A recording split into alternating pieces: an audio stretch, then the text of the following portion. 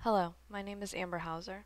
A lot of times, people can use an object to represent something meaningful in their lives or represent a larger part of their lives.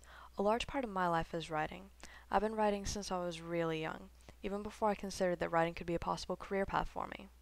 I didn't even realize I've been writing so long until I found an old notebook a while ago with some silly poems and short stories I'd written as a child. I don't let very many people read my writing before it's finished. There's only one person that reads everything I write, no matter how terrible I think it is.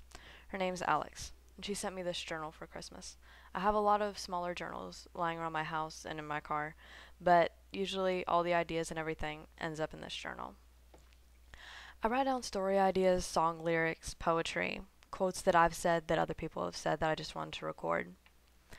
My favorite one that I wrote said this: You don't always love someone because you expect them to love you back. Sometimes you love them simply because you found no reason not to. Alex said one too that I had to write down. She said, He's everything I ever wanted in a package I never expected.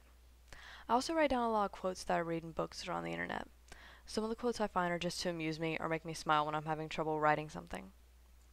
And some provide insight and inspiration to the pages unwritten before me. One of my favorites, and one that I completely agree with, was written by Burton Rusco, and he said, What no wife of a writer can ever understand is that a writer is working when he's staring out of the window. What I love about writing is that it opens up a world of possibilities. Remember those novels that seemed to suck you into the mind of the writer as he told you the story? Those books that you hated to put down because that meant stepping back into reality? That's my dream, and that's the world I'm basically in when I'm writing. It's amazing to me to get swept away in a book. It's even more amazing when I'm creating that world through my own writing. One of the strangest things I've noticed while writing is that the best paragraphs or sentences are the ones that I'm writing when I'm not even thinking about it. I'm just typing aimlessly and somehow something comes up that I never considered, and yet it makes perfect sense. Even more strange is how one idea jumped from a short story to a novel to a trilogy before I even realized it. But somehow it didn't surprise me, and I'm working on the first one right now. Another thing I've realized is that writing in and of itself is really overrated. It's the editing and re-editing and rewriting 100 times that's the difficult part. And that's also the part that after your 100th draft, you can look back at the final draft and see that it flows together so perfectly and seamlessly that it sounds like it could have been your first draft.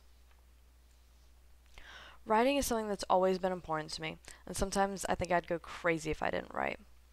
But then again, some writers admit that the form of writing itself makes us partially, if not completely, insane. One that pops to my mind is something that E.L. Doctorow said. Writing is a socially acceptable form of schizophrenia.